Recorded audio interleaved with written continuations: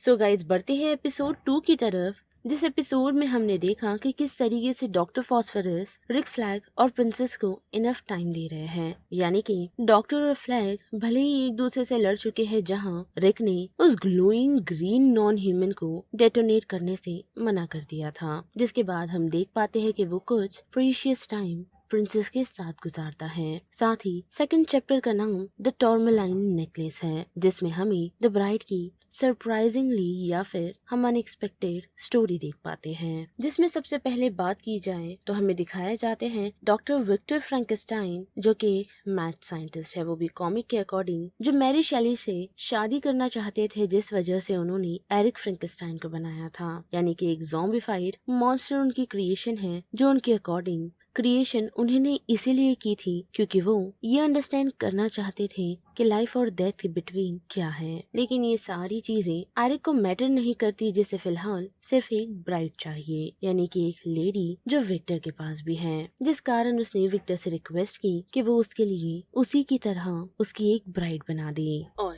हम देख भी पाते हैं कि विक्टर एरिक की बात सुनकर कुछ फीमेल बॉडी पार्ट्स को कलेक्ट करना स्टार्ट कर देता है, जिसमें एक काफी अच्छा दिखने वाला सर भी होता है। साथ ही अगर विक्टर ब्राइड बनाने में फेल होता है तो एरिक के लिए उसे डिस्ट्रॉय करना बैलेंस लाने जैसा रहेगा। लेकिन हम देख पाते हैं कि विक्टर सक्सेसफुली एक ब्राइड क्रिएट कर देता है, जिसे देखकर एरिक ओवर एक्साइटेड हो जाता है और उस ओवर एक्साइटेड के चलते वो ब्राइड को डरा देता है, जिस वजह से वो एरिक से डरना शुरू कर देती है और इमोशनल सपोर्ट के लिए विक्टर की तरफ घूम जाती है, क्योंकि वो अभी अभी पैदा हुई है और उसे इस बात की नॉलेज नहीं कि वो कौन है, साथ ही वो कहाँ से आई है और उसे किस तरह पैदा किया गया है, जिस कारण विक्टर उसे बड़ा करता है और उसे टीचिंग्स देता है, जैसे कि किस तरीके से बात किया जाए या फिर किस तरीके से हमें एक्ट करना है, और उसे हर वे में वो एजुकेट करना शुरू करता है। यानी कि विक्टर को जितनी एजुकेशन है वो उसे उतनी देकर एक नॉर्मल ह्यूमन लाइफ गुजारने लायक बनाने की कोशिश करता है, जिसके साथ साथ उसे एक गिफ्ट भी दिया था,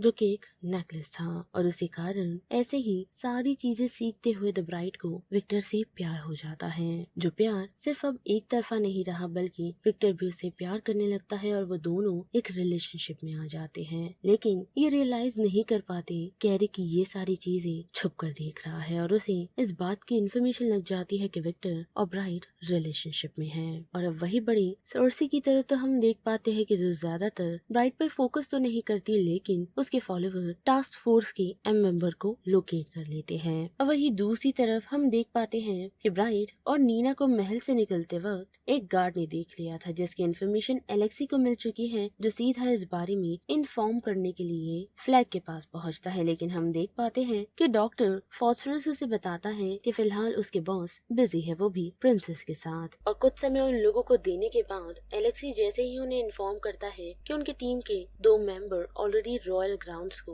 पार कर यहाँ से निकल चुके हैं, और जैसे ही वो लोग कैसल छोड़कर निकले उससे पहले ही हम देख पाते हैं कि सर्सी ऑलरेडी द ब्राइड और नीना पर अटैक कर चुकी हैं। जो फाइट काफी ही एंटरटेनिंग थी, जहां हम देख पाते हैं कि किस तरह मिस फ्रैंकेस्टाइन नीना को बचाती है, जो इवेंचुअली हमें यही दिखाता है कि उन दोनों की फ्रेंडशिप फॉर्म हो रही है। जिसके साथ साथ हम ये भी देख पाते हैं कि एक टाइम ऐसा आता है कि ब्राइड ऑलमोस्ट सर्सी के सभी लोगों को खत्म कर देती है, लेकिन सर्सी का सामना जब वो काफी हेविली कर ही रही होती है तो सर्सी उसके हाथों को इनफ्लेमेबल ट्यूब बना देती है और उस पर हेविली अटैक कर उसे बालकनी से नीचे फेंक देती है, जहां नीना उसे बालकनी से गिरता हुआ देख रही है और उसे द ब्राइड की परवाह होने लगती है। लेकिन वो कुछ करे उससे पहले ही हम देख पाते हैं कि एक शख्स नीना के ग्लास हेलमेट को शूट कर देता है। और अब फिर से बड़ी एरिक की तरफ तो हम देख पाते हैं कि वो विक्टर और द ब्राइड के प्यार को देखकर काफी जेलस होने लगता है, जिस वजह से वो अपने क्रिएटर या फिर फादर को खत्म कर देता है। और जैसे ही ब्राइड उसके रूम में पहुंचती है तो वो देख पाती है कि उसने विक्टर को बड़ी ही बेरहमी से खत्म कर दिया है, जो देखकर ब्राइड का दिल टूट जाता है, जिस कारण वो एरिक पर अटैक कर देती है और उस मनोर से